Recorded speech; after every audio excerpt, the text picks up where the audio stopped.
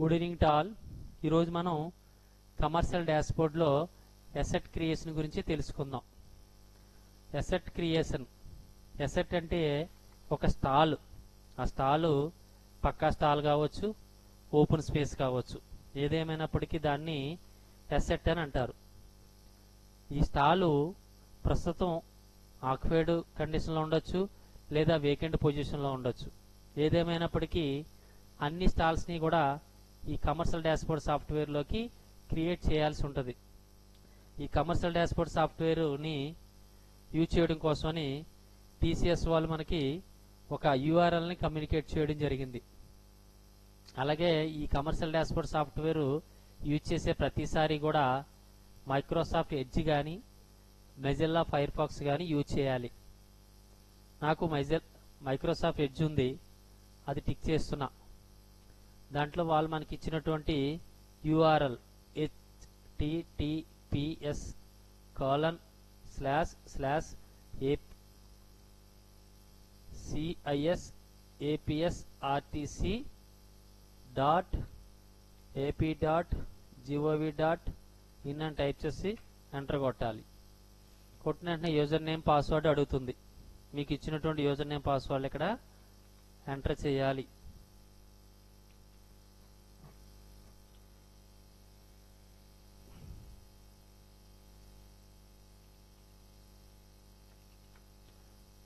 చేసి లాగిన్ అవ్వాలి. లాగిన్ అయిన తర్వాత ఏపీఎస్ఆర్టీసీ స్టాల్స్ యూజర్ టిక్ చేయాలి. దాంట్లో స్టాల్స్ మాస్టర్ పేజ్ టిక్ చేయాలి. దాంట్లో క్రియేట్ అనే బటన్ టిక్ చేయాలి. ఇక్కడ మనకు ఒక పేజ్ ఓపెన్ అవుతుంది ఈ విధంగా.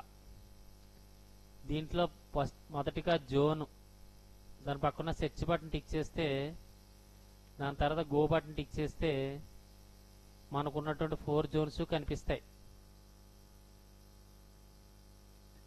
లేదా ఆ జోన్లో ఉన్నటువంటి డిస్ట్రిక్ట్లు సెర్చ్ బటన్ టిక్ చేస్తే ఆ జోన్లో ఉన్నటువంటి డిస్ట్రిక్ట్లు అన్నీ కూడా మనకి కనిపిస్తాయి. దాంట్లో ఎన్టీఆర్ సెలెక్ట్ చేసుకున్నా. ఆ ఎన్టీఆర్ డిస్ట్రిక్ట్లో ఉన్నటువంటి డిపోస్ టిక్ చేసి కోసం చేసి గో టిక్ చేస్తే ఆ డిస్ట్రిక్ట్లో ఉన్నటువంటి డిపోలన్నీ కూడా మనకి కనిపిస్తాయి. సో దానికోసమని ఈ జగ్గేపేట టిక్ చేసుకుందాం, జగ్గేపేట డిపోని. ఇక్కడ టిక్ చేసుకునేటప్పుడు క్విక్ సెలెక్ట్ అని ఒక ఆప్షన్ ఉంటుంది, సెలెక్ట్ అని ఒక ఆప్షన్ ఉంటుంది. డైరెక్ట్గా క్విక్ సెలెక్ట్ కొడితే ఈ ఐటెం అక్కడికి వెళ్ళి పాపప్ అవుతుంది. ఇలా ఈ సెలెక్ట్ అయిన రేడియర్ బటన్ టిక్ చేసి ఇక్కడ సెలెక్ట్ కొడితే ఆ విధంగా కూడా అక్కడ పాపప్ అవుతుంది. సో క్విక్ సెలెక్ట్ మోడ్ ద్వారా మనం ఈ జగ్గేపేటని సెలెక్ట్ చేసుకుందాం. ఈ జగ్గేపేటలో ఉన్నటువంటి బస్ స్టేషన్స్ ఏమున్నాయి సెర్చ్ బటన్ టిక్ చేసి గో బటన్ టిక్ చేస్తే మనకు బస్ స్టేషన్స్ కనిపిస్తాయి. మళ్ళా చంద్రలపాడు, జగ్గేపేట, నందిగామ, వాత్సవాయి. సో నందిగామ సెలెక్ట్ చేసుకుందాం అనుకున్నాం. నందిగామ బస్ స్టేషన్ యొక్క క్లాసిఫికేషన్ కోడ్ ఇక్కడ పాపప్ అయిపోతుంది. ఒకవేళ నేను బస్ స్టేషన్ నందిగామ ప్లేస్లో జగ్గేపేట తీసుకుంటే జగ్గేపేట యొక్క క్లాసిఫికేషన్ బి కాబట్టి ఇక్కడ బి అనేది పాపప్ అవుతుంది. నెక్స్ట్ మనం క్రియేట్ చేస్తున్నటువంటి అసెట్ అంటే స్టాలు ఆక్యుపైడ్ కండిషన్లో ఉందా, వేకెంట్ కండిషన్లో ఉందా. అంటే ఆక్యుపైడ్ ఎస్ అంటే ప్రస్తుతం స్టాల్ ఆక్యుపైడ్లో ఉన్నట్టు. ఒకవేళ ఆక్యుపైడ్ నో తీసుకుంటే ఆ స్టాల్ ప్రస్తుతం వేకెంట్ కండిషన్లో ఉన్నప్పుడు ఆక్యుపైడ్ నో తీసుకోవాలి. కానీ స్టాల్ ఆక్యుపైడ్లో ఉందాం అనుకుందాం. సో ఆక్యుపైడ్ ఎస్ తీసుకుందాం. కమర్షియల్ స్ట్రీమ్, మనకు ఉన్నటువంటి స్ట్రీమ్స్ అన్నీ కూడా మనకి ఇక్కడ గో అనే బటన్ ద్వారా కనిపిస్తాయి. మనకు 14 టైప్స్ ఆఫ్ స్ట్రీమ్స్ ఉన్నాయి, అవన్నీ కూడా మనకి కనిపిస్తాయి. ఇక్కడ దానికి లైసెన్స్ పీరియడ్, ఎన్హాన్స్మెంట్ బట్టి ఈ స్ట్రీమ్స్ కింద డివైడ్ చేయడం జరిగింది. ఫర్ ఎగ్జాంపుల్ ఇక్కడికి అదర్స్ తీసుకుందాం. అదర్స్ తీసుకున్న వెంటనే లైసెన్స్ పీరియడ్ 5 years అని చెప్పేసి ఇక్కడ పాపప్ అయిపోతుంది. అదే ఒకవేళ పార్కింగ్ లాట్ తీసుకుంటే ఇక్కడ 4 years వచ్చేస్తుంది. టాయిలెట్స్ అని తీసుకుంటే 2+1 year వస్తుంది. ఈ విధంగా కమర్షియల్ స్ట్రీమ్ని బట్టి దాని యొక్క లైసెన్స్ పీరియడ్ అనేది ఆటోమేటిక్గా పాపప్ అయిపోతుంది. ఇకపోతే అలాట్మెంట్ టైపు, మన ప్రతి స్టాల్స్ మ్యాక్సిమం స్టాల్స్ అన్నీ కూడా టెండర్స్ ద్వారానే అలాట్ చేస్తాం. కొన్ని నామినేషన్ బేస్ ద్వారా కూడా అలాట్ చేయొచ్చు. రెండు ఆప్షన్స్ ఉంటాయి. దీంట్లో టెండర్స్ సెలెక్ట్ చేసుకోవాలి. టెండర్ నోటిఫికేషన్ డేటు, ఈ పర్టికులర్ స్టాలు ఏ టెండర్ నోటిఫికేషన్ ద్వారా అలాట్మెంట్ చేయడం జరిగింది. ఫర్ ఎగ్జాంపుల్ ఇయర్ 2024 ఈ ఇయర్లోనే జనవరి నెలలో టెండర్ డేట్ 1వ తేదీన అలాట్ చేసి ఆ టెండర్ నోటిఫికేషన్ రోజున అలాట్ చేశారు అనుకుందాం. సో ఆ డేట్ ఇస్తాం. తర్వాత tender case number. Tender case number అంటే ఫర్ ఎగ్జాంపుల్ కేసు నెంబర్ ఎలా ఉంటాయి, P4/437 with in brackets 01 2024 DPTO Guntur. Okay, లేదా మీకు ఏ కేసు నెంబర్ అయితే ఉంటుందో ఆ కేసు నెంబర్కి ఎంటర్ చేస్తారు. ఇకపోతే స్టాల్ నెంబరు. ఇక్కడ ఈ విధంగా కొన్ని స్టాల్ నెంబర్ కనిపిస్తూ ఉంటాయి. అందులో మనం చేసేది అదే స్టాల్ అయితే తీసుకుంటాం, లేకపోతే కొత్తగా ఎంటర్ చేయాల్సిందే. ఫర్ ఎగ్జాంపుల్ ఇక్కడ మనం తీసుకున్న బస్ స్టేషను జగ్గేపేట బస్ తీసుకున్నాం. మీ అందరికీ కూడా ప్రతి స్టాల్ నెంబర్కి స్టాల్ కోడ్లు అసైన్ చేయడం ఎలాగన్నది చెప్పాము. దీంట్లో చూడండి, ఇక్కడ 2 4 5 3 8 8 డిజిట్స్ ఉంటాయి. దీంట్లో మొదటి 2 డిజిట్స్ ఆ యొక్క డిపోని ఇండికేట్ చేస్తుంది. నెక్స్ట్ 2 డిజిట్స్ ఆ యొక్క బస్ స్టేషన్ ఇండికేట్ చేస్తుంది.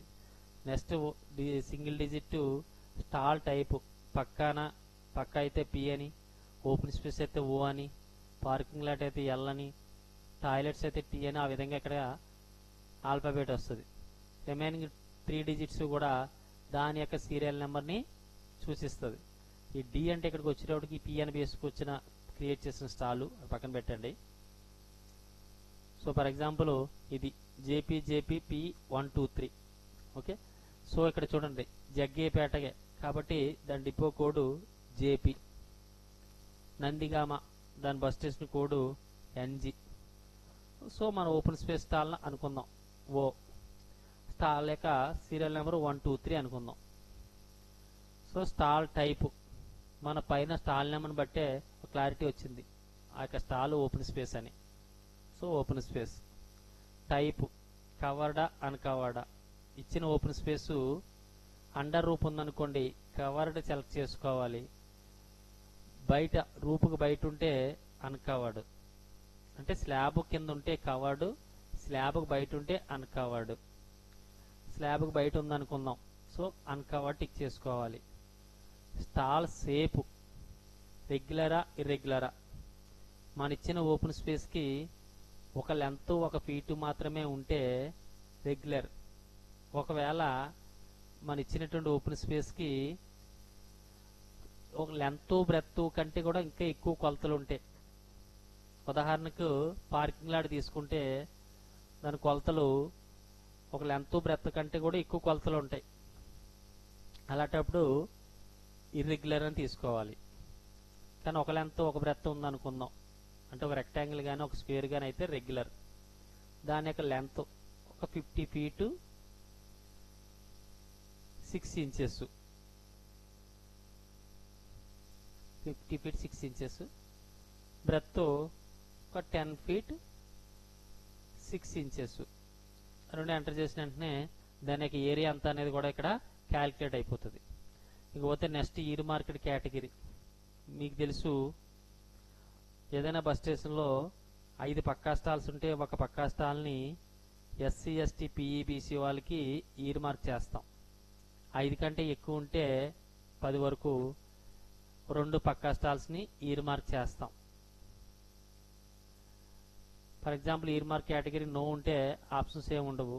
కానీ ఈర్ మార్క్ కేటగిరీ ఎస్ అయినట్లయితే అది ఎవరికి ఈర్ మార్క్ చేశారు, SCకా STకా PE BCకా అనేది ఆప్షన్ ఇవ్వాల్సి ఉంటుంది. సో ఇక్కడ ఈర్ మార్క్ కేటగిరీ నో తీసుకున్నాను, ఆప్షన్స్ మోర్ ఆప్షన్స్ ఏమి ఉండవు. నెక్స్ట్ NOB అంటే నేచర్ ఆఫ్ బిజినెస్. అదర్ స్టాల్స్లో nature of business, for example soda and cool drinks.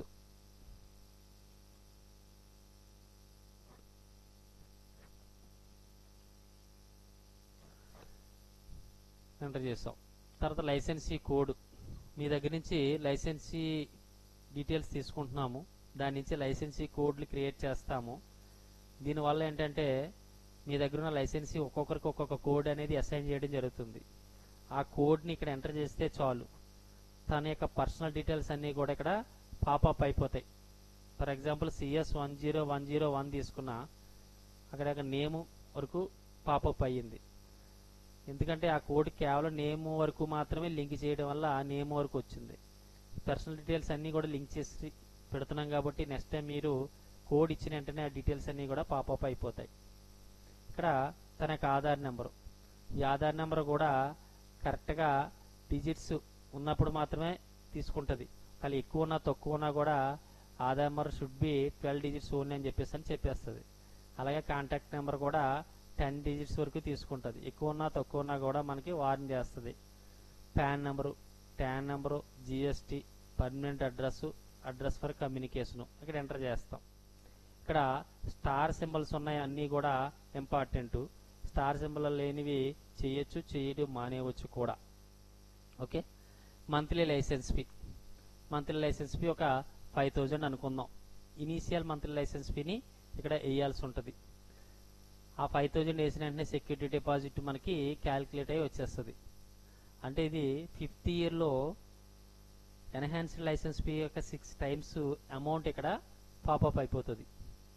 పోతే లైసెన్స్ పీరియడ్ ఎప్పటి నుంచి స్టార్ట్ అయ్యింది, ఫర్ ఎగ్జాంపుల్ March 1 నుంచి స్టార్ట్ అయ్యింది అనుకుందాం. March 1 మనం ఎప్పుడైతే లైసెన్స్ కూడా ప్రారంభిస్తామో దానికి 5 years తర్వాత డేట్ అనేది ఇక్కడ పాపప్ అయిపోతుంది. నేమ్ ఆఫ్ ది బ్యాంక్, ఆ లైసెన్స్ యొక్క బ్యాంక్ డీటెయిల్స్ SBI. అంటే ఎందుకు అంటే ఇది లైసెన్స్ లాస్ట్లో సెటిల్మెంట్ అయ్యేలో సెక్యూరిటీ డిపాజిట్ రిఫండ్ చేయడం కోసమని మనం ముందుగానే తీసుకుంటున్నాం. Sitarampuram branch, bank account number something, IFSC code, nominee name of licensee, ఆ నామినీ ఇంకేమవుతాడు సన్నం. సో ఈ విధంగా డీటెయిల్స్ అన్నీ కూడా ఎక్కించడం జరిగింది. దీనికి అదర్ స్టాల్స్కి మన వాటర్ బాటిల్స్ ఎడిషనల్ ఐటెంగా ఇస్తాం. దాని డీటెయిల్స్ కూడా ఇక్కడ ఎంటర్ చేయాలి. ఎడిషనల్ డీటెయిల్స్ దగ్గర ఇక్కడ additional item water bottle tick చేయాలి. ఎడిషనల్ లైసెన్స్ ఫీ ఆ వాటర్ బాటిల్కి ఎంత 2500 అనుకుందాం. వేయగానే దానికి 6 టైమ్స్ మనకి ఇక్కడ క్యాల్కులేట్ అయ్యి సెక్యూరిటీ డిపాజిట్ వచ్చేస్తుంది. లైసెన్స్ పీరియడ్ ఫ్రమ్ అంటే ఒరిజినల్ లైసెన్స్ పీరియడ్కి ఈ ఎడిషనల్ ఐటమ్ తీసుకునేటువంటి లైసెన్స్ పీరియడ్ వెంటనే తీసుకోవచ్చు, లేదా కొద్ది కాలం అయిన తర్వాత తీసుకోవచ్చు. వెంటనే తీసుకుంటే same original license period from date ఇక్కడ వస్తుంది. లేదు లైసెన్స్ పీరియడ్ స్టార్ట్ అయిన 1 month తర్వాత తీసుకున్నాడు అనుకుందాం. మనకు అక్కడ స్టార్ట్ అయింది మార్చ్ అనుకున్నాం కాబట్టి ఇది ఏప్రిల్ అనుకుంటే April 1. ఓకే, సో అది అయిన తర్వాత ఎడిషనల్ లైసెన్స్ పీరియడ్ 2 అనేది ఒరిజినల్ లైసెన్స్ పీరియడ్ యొక్క 2 రెండు ఒకటే. అప్పటి వరకు ఈ యొక్క వాటర్ బాటిల్ అనేది కంటిన్యూ అవుతుంది. ఒరిజినల్ లైసెన్స్ పీరియడ్తో పాటు ఇది కూడా కన్క్లూడ్ అయిపోతుంది. ఈ మిగిలిన ఈ బంచ్ ఏంటంటే కొన్ని రకాల నేచర్ ఆఫ్ బిజినెస్లకి 4 రకాల ఐటమ్స్ని ఎడిషనల్ ఐటమ్ కింద ఇస్తాం. ఫర్ ఎగ్జాంపుల్ క్యాంటీన్ తీసుకుంటే వాటర్ బాటిల్ ఎడిషనల్ ఐటమ్ కింద ఇస్తాం, కూల్ డ్రింక్స్ ఎడిషనల్ ఐటమ్ కింద ఇస్తాం, ఫ్రూట్ అండ్ ఫ్రూట్ జ్యూస్ని ఎడిషనల్ ఐటమ్ కింద ఇస్తాం, నాన్ వెజ్ ఐటమ్ని ఎడిషనల్ ఐటమ్ కింద ఇస్తాం. ఇలా మ్యాక్సిమం 4 ఐటమ్స్ ఎడిషనల్ ఐటమ్ వరకు ఇస్తాం కాబట్టి 4 బంచెస్ పెట్టడం జరిగింది. ఇక్కడికి అలాగా ఎస్ఐ డీటెయిల్స్ అన్నీ కూడా ఎక్కించడం అవుతుంది. అయితే తర్వాత పక్కన ఉన్నటువంటి ఈ టెంపరీ ఎక్స్టెన్షన్ డీటెయిల్స్ వీటికి అవసరం ఎప్పుడు అంటే ఈ అగ్రిమెంట్ పీరియడ్ సక్సెస్ఫుల్గా కంప్లీట్ అయిపోయిన తర్వాత మనం టెండర్స్ వెళ్ళడం ఆలస్యం అయితే DPTO గారు 3 months వరకు ఎక్స్టెండ్ చేయొచ్చు, లేదా tenders finalisation of tenders which ever is earlier అని ఉంటుంది. అయితే ఆ ఎక్స్టెన్షన్ ఏ డేట్ వరకు జరిగింది డేట్ ఎంటర్ చేయాలి. తర్వాత అప్పుడు ఎన్హాన్స్డ్ మంత్ లైసెన్స్ ఫీ మీకు తెలుసు, అప్పుడు ఉన్నటువంటి లైసెన్స్ ఫీకి 15% ఎన్హాన్స్ చేసి ఆ లైసెన్స్ ఫీ అంతా ఇక్కడ వేస్తాం. ఆ సెక్యూరిటీ డిపాజిట్ ఇక్కడ వేస్తాం. ఆ విధంగా 3 months ఎక్స్టెన్షన్ అయిపోయింది. 4th, 5th, 6th ED zone గారు చేయొచ్చు. చేసినట్లయితే దాని డీటెయిల్స్ ఇక్కడ ఎంటర్ చేయాలి. ఆ తర్వాత హెడ్ ఆఫీస్ వాళ్ళు చేయొచ్చు. ఆ తర్వాత ఆ ఎక్స్టెన్షన్ డీటెయిల్స్ ఇక్కడ వేస్తాం. అక్కడికి అది దాని పక్క option revocation of license by ED zone. ఏదైనా breach of terms and condition base చేసుకుని మనం ఏదైనా లైసెన్స్ని టెర్మినేట్ చేస్తాం. ఆ టెర్మినేట్ చేసిన డేట్ ఇక్కడ వేయాలి. మళ్ళా లైసెన్సీ నేను డ్యూస్ అన్ని పే చేసేస్తాను, నా లైసెన్స్ రివోకేట్ చేయండి అంటే ఈడీ జోన్ గారు రివోకేషన్ చేయొచ్చు. మళ్ళీ రివోకేషన్ చేసిన డేట్ వేయాలి. ఆ విధంగా next option pre closure of license details. ఏదైనా లైసెన్స్ ప్రీ క్లోజర్ అవడానికి 2 రకాల కారణాలు ఉంటాయి. ఒకటి, లైసెన్సీ 3 months అడ్వాన్స్ నోటీస్ ఇచ్చి ప్రీ క్లోజ్ చేసుకోవచ్చు, లేదా కార్పొరేషన్ 1 month నోటీస్ ఇచ్చి ప్రీ క్లోజ్ చేయొచ్చు. For example licensee 3 months advance notice ఇచ్చాడు అనుకుందాం, లైసెన్సీ టిక్ చేస్తాం. Date of receipt issue of pre closure notice, అతను ప్రీ క్లోజర్ నోటీస్ ఇచ్చిన డేట్ ఇక్కడ సెలెక్ట్ చేసుకోవాలి. ఆ డేట్ నుంచి 3 months ఎప్పుడు వస్తుందో చూసుకుని ఆ డేట్ మనం సెలెక్ట్ చేసుకోవాలి. అక్కడతోటి అతనికి లైసెన్స్ ఫీ బుక్ అవ్వడం అనేది ఉండదు, ఆ స్టాల్ వేకెంట్లోకి కనిపిస్తుంది. ఈ విధంగా ఈ ముందుగా చెప్పిన ప్రైమరీ డీటెయిల్స్, ఎడిషనల్ డీటెయిల్స్ అయిన వెంటనే కూడా ఈ స్టాల్ మనం సేవ్ కొట్టేసుకోవాలి. సేవ్ కొట్టుకున్న వెంటనే రికార్డ్ సేవ్ సక్సెస్ఫుల్లీ అని చెప్పేసి అని మనకి కనిపిస్తుంది. ఓకే, సో ఈ విధంగా చేసుకున్న తర్వాత బయటకు వచ్చేస్తాం. బయటకు వచ్చి లాగౌట్ అయిపోతాం. ఇప్పుడు స్టాల్ ఆక్యుపైడ్ వేకెంట్ పొజిషన్లో ఉన్న స్టాల్ని ఎక్కించడం ఎలాగా, సేమ్ మరలా అదే యూజర్ నేమ్ పాస్వర్డ్ తోటి లాగిన్ అవ్వాలి.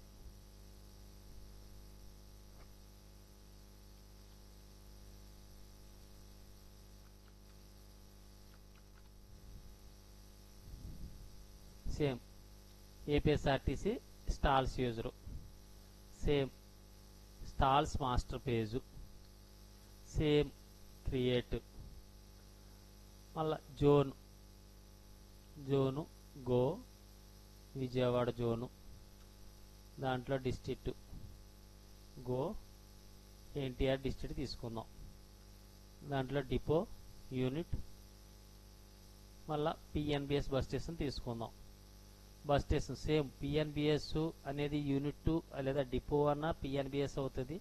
దాని పరిధిలో ఉన్న బస్ స్టేషన్ కూడా పిఎన్బిఎస్ అవుతుంది, ఎందుకంటే పిఎన్బిఎస్ అనేది ఇండిపెండెంట్ యూనిట్ కాబట్టి దాంట్లో మళ్ళీ ఒక పిఎన్బిఎస్ అనేది ఉంటుంది. అయ్యింది.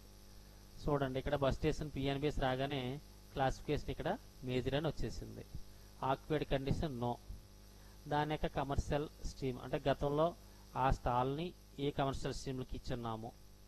ఫర్ ఎగ్జాంపుల్ దాన్ని పార్కింగ్ లాట్కి ఇచ్చున్నాం, టిక్ చేస్తాం.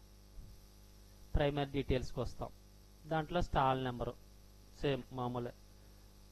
Bus station depot code PN వస్తుంది, మళ్ళీ బస్ స్టేషన్కి మళ్ళీ పిఎన్ వస్తుంది. పార్కింగ్ లాట్ అంటే యాజ్ యూజువల్గా ఓపెన్ స్పేస్ ఉంటుంది, ఓ వస్తుంది. దాని యొక్క సీరియల్ నెంబరు 125 అనుకుందాం. స్టాల్ టైపు పైన ఓ అనే దాన్ని బట్టే స్టాల్ టైప్ను మనం ఇంచుమించు అంచనా వేయచ్చు, ఓపెన్ స్పేస్ అవుతుంది. స్టాల్ షేప్ ఇర్రెగ్యులర్ షేప్ ఉందనుకుందాం. ఇర్రెగ్యులర్ షేప్ ఉన్నప్పుడు లెంత్ బ్రెత్ ఇవ్వనవసరం లేదు, డైరెక్ట్గా దానికి ఏరియా ఫర్ ఎగ్జాంపుల్ 2500 ఎస్ఎఫ్టీ అనుకుని ఇద్దాం. కవర్డా అన్కవర్డా యాజ్ యూజువల్గా పార్కింగ్ లాట్ అంటే అన్కవర్లో ఉంటుంది, అన్కవర్ టిక్ చేస్తాం. ఈర్ మార్క్ కేటగిరీ ఆ పర్టికులర్ స్టాల్ ఎవరికైనా ఈర్ మార్క్ చేసామా, నో. స్టాల్ వేకెంట్ ఫ్రమ్ ఎప్పటి నుంచి వేకెంట్లో ఉంది, ఫర్ ఎగ్జాంపుల్ ఒక 22 January 1 నుంచి వేకెంట్లో ఉంది. రీజన్ ఫర్ వేకెన్సీ ఎందుకు వేకెంట్లో ఉంది. కంప్లీషన్ ఆఫ్ లైసెన్స్ పీరియడ్ గతంలో చక్కగా 4 years అయిపోయిన తర్వాత మళ్ళీ టెండర్స్ పిలుస్తుంటే రావట్లేదు అనుకోండి, కంప్లీషన్ ఆఫ్ లైసెన్స్ పీరియడ్ అంటాం. ప్రీ క్లోజర్ ఆఫ్ కాంట్రాక్ట్ గతంలో అలాట్మెంట్ జరిగినప్పుడు కేవలం 2 years 1 year చేసి బిజినెస్ క్లోజ్ చేసుకున్నట్లయితే pre closure of contract. Termination due to breach of terms and agreement మనకున్నటువంటి అగ్రిమెంట్లో ఏదైనా కండిషన్ ప్రకారం ఏదైనా మనం అతను టెర్మినేట్ చేస్తే, termination due to non payment of dues. Okay, దీంట్లో ఏదో ఒకటి మనం సెలెక్ట్ చేసుకోవాలి. Completion of license period tick చేసాం. ప్రీవియస్ కమర్షియల్ స్ట్రీమ్, అంతకు ముందు దాని బిజినెస్ ఏంటి? జనరల్గా పార్కింగ్ లాటే ఉంటుంది. లేదు ఇది ఫర్ ఎగ్జాంపుల్ అదర్ స్టాల్స్ తీసుకున్నాం. ఇప్పుడు అంతకుముందు బిజినెస్ ఏ ఫాస్ట్ ఫుడ్ అనుకుందాం, లేకపోతే ఏ పాప్కార్న్ అనుకోవచ్చు. అది ఇక్కడ చేయాల్సి వస్తుంది అనమాట. ప్రీవియస్ లైసెన్సీ నేమ్, ఆయనకు name for example Nageswararao. Business performed from, అప్పటి నుంచి అప్పటి వరకు చేశాడు. సో అతను ఇప్పుడు ఫర్ ఎగ్జాంపుల్ 2021లో January 1st తీసుకున్నాడు. తీసుకుని ఎప్పటి వరకు చేశాడు? For example 2021 license period from to, business period from అంటే ఫర్ ఎగ్జాంపుల్ 2018 నుంచి 1 జనవరి 2022 నుంచి వేకెంట్ ఉంది కాబట్టి, సో దాని ముందు డేట్ వరకు కూడా అతను బిజినెస్ చేసాడని అనుకుందాం. అనుకుంటే 2021 డిసెంబర్ 31 అయింది. 1 జనవరి 2020 నుంచి వేకెంట్లోకి వచ్చింది. MLF at conclusion of contract, close చేసే టైంకి దాని లైసెన్స్ పీరియడ్ 4500 అనుకుందాం. ఓకే, ఆ విధంగా సేవ్ ఇంకా కాదు, దీని పక్కన ప్రీవియస్ టెండర్స్. ఈ పర్టికులర్ స్టాల్, ఇప్పుడు మనం ఈ స్టాల్ జస్ట్ ఒక 1 year నుంచి వేకెంట్లో ఉందని అన్నాము. ఈ 1 yearలో పిలిచిన గత 4 టెండర్ డీటెయిల్స్ ఇక్కడ రాయాలి. For example tender notification date for example 22లో పిలిచారు. 22లో జనవరి 1వ తేదీన పిలవడం జరిగింది. చేంజ్ ఆఫ్ బిజినెస్ చేంజ్ చేసామా లేదా అంటే, ఇది ఎందుకు అంటే అదర్ స్టాల్స్ ఉన్నప్పుడు అక్కడ రెస్పాన్స్ రాకపోతుంటే ప్రీబీటీ మీటింగ్ పెట్టి బిజినెస్ సెలెక్ట్ చేసుకుని పిలవాల్సి ఉంటుంది. ఆ విధంగా చేంజ్ అయిన బిజినెస్ జరిగిందా లేదా. సో పార్కింగ్ లాట్ అనేది జనరల్గా జరగదు కాబట్టి నో. Response received no. ఒకవేళ రెస్పాన్స్ రిసీవ్డ్ ఎస్ పెట్టాను, మళ్ళీ మనకి ఆప్షన్స్ ఎంత కోట్ చేశాడు. సో ఫర్ ఎగ్జాంపుల్ ఒక 3500 కోట్ చేశాడు అనుకుందాం. మళ్ళా MLF ఆఫర్డ్ ఇన్ నెగోషియేషన్స్ 500 పెంచాడు 4000. Reason for rejection not commenced the contract, ఎందుకు ఈ కాంట్రాక్ట్ కమెన్స్ కాలేదు దాని రీజన్ రాయాలి. కండిషనల్ బిడ్, సో కొంతమంది టెండర్ అప్లికేషన్లో ఏదైనా కండిషన్ పెడతారు. నాకు నా పార్కింగ్ లాట్లో బయట ఏది ఆటోలు కానీ లేకపోతే బళ్ళు కానీ అనాథరైజ్డ్ పార్కింగ్ చేయకూడదు, అలాంటప్పుడే నేను వ్యాపారం చేస్తాను. ఇలాంటి ఏదైనా కండిషన్స్ ఉంటే అటువంటి టెండర్ అప్లికేషన్ మనం రిజెక్ట్ చేస్తాం. సో అటువంటి రీజన్స్ తోటి కానీ మనం రిజెక్ట్ చేసి ఖాళీగా ఉన్నట్లయితే కండిషనల్ బిడ్ అని. లో ఆఫర్, అంత ముందుకు లైసెన్స్ ఫీ కంటే తక్కువ కోట్ చేస్తే లో ఆఫర్ మీద రిజెక్ట్ చేస్తాం. Not adhering to conditions of allotment order, allotment ఆర్డర్లో పొందుపరిచినటువంటి కండిషన్స్ని అతను ఫుల్ఫిల్ చేయకపోతే, ఫర్ ఎగ్జాంపుల్ అలాట్మెంట్ ఆర్డర్ ఇచ్చిన 15 రోజుల్లోకి సెక్యూరిటీ డిపాజిట్ కట్టడం, సెక్యూరిటీ డిపాజిట్ కట్టిన వారం రోజుల్లోకి అగ్రిమెంట్ ఎంటర్ అవ్వడం, ఈ పనులు ఏదైనా చేయకపోయి అతను అలాట్మెంట్ ఆర్డర్ క్యాన్సిల్ చేస్తే ఆ ఆప్షన్. ఇంకా ఏదైనా టెండర్ కండిషన్స్ కానీ ఒబే చేయకపోతే ఆ ఆప్షన్. ఏ ఆప్షన్ ద్వారా అయితే మనం రిజెక్ట్ చేసామనేది అది టిక్ చేయాలి. లో ఆఫర్ టిక్ చేసాం. రిమార్క్స్, ఇంకా రిమార్క్స్ ఏదైనా ఉంటే అక్కడ టైప్ చేస్తాం. ఓకే, అది ఈ విధంగా ఇది. దాని తర్వాత మళ్ళీ ఇంకో టెండర్స్ పిలుస్తాం. జనవరిలో పిలిచిన తర్వాత ఫిబ్రవరి వెళ్ళి ఒక ఏప్రిల్లోనే ఎప్పుడో పిలుస్తాం, మళ్ళీ దాని డీటెయిల్స్ అన్నీ. ఆ తర్వాత సెప్టెంబర్లో ఎప్పుడో పిలుస్తాం, దాని డీటెయిల్స్. దాని తర్వాత డిసెంబర్లో పిలుస్తాం, దాని డీటెయిల్స్. ఇలా స్టాల్ వేకెంట్ ఈ రోజు నుంచి వెనకకి గత 4 టెండర్ డీటెయిల్స్ కూడా ఇక్కడ ఎంటర్ చేయాలన్నమాట. చేసి ఇక్కడ సేవ్ కొట్టాలి. సేవ్ కొడితే ఈ స్టాల్ కూడా సేవ్ అయ్యిందనమాట. రికార్డ్ సేవ్ సక్సెస్ఫుల్లీ అని చెప్పేసి అని వచ్చింది. ఎక్కడతోటి మనకి ప్రతి స్టాల్లో కూడా అంటే మీ అసెట్ కూడా అయితే ఆక్యుపైడ్లో ఉంటుంది లేదా వేకెంట్లో ఉంటుంది. ఇందాక మనకు ఆక్యుపైడ్లో ఉన్నప్పుడు ఏ విధంగా ఫిల్ చేయాలి చేసుకొచ్చాము, ఇప్పుడు వేకెంట్లో ఉన్నప్పుడు ఏ విధంగా ఫిల్ చేయాలనేది చేసుకొచ్చాము. ఇక్కడికి అసెట్ క్రియేషన్ అనేది జరిగింది. దీని తర్వాత ఈ క్రియేట్ చేసిన అసెట్ని వీలుకప్లో పెట్టడం అనేది నెక్స్ట్ ఎపిసోడ్లో చూద్దాం. హోమ్, లాగౌట్, ఈ విధంగా లాగౌట్ అవుతాం. Thank you.